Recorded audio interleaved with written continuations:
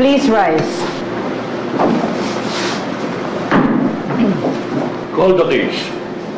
The court is now in session. The presiding judge is the Honorable Carlo Belmonte Almario, People of the Philippines versus Isabel Salvacion, for the case of homicide with criminal case number 16-1051.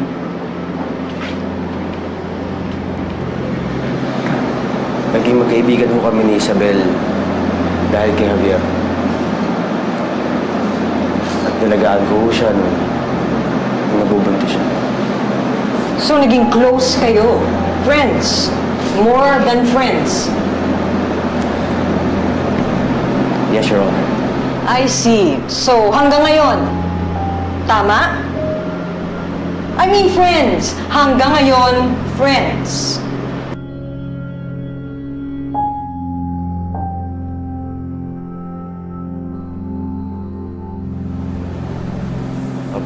So we can assume na kilala mo si Miss Isabel Salvacion. May mga times ba na nakita mo siyang nagalit, nagwala?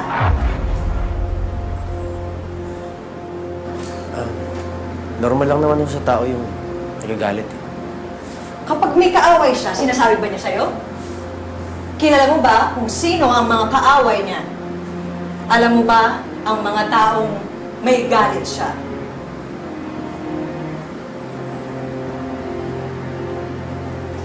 Huwag mong kalilimutan ang kasunduan natin.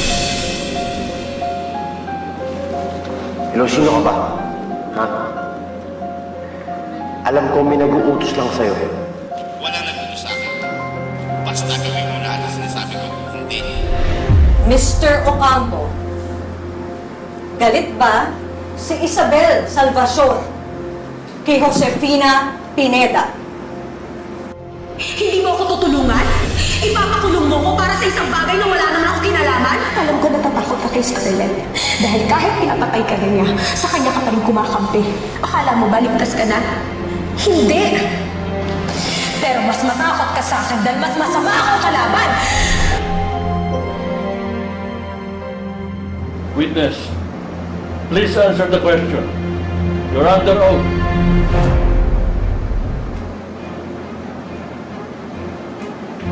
Opo. Kaya nung pinuntahan namin si Piling sa ospital,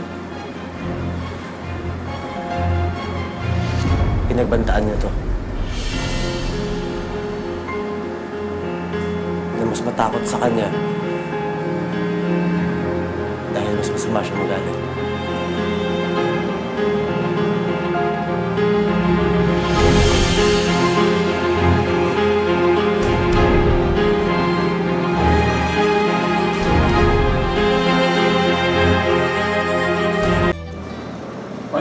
Recess.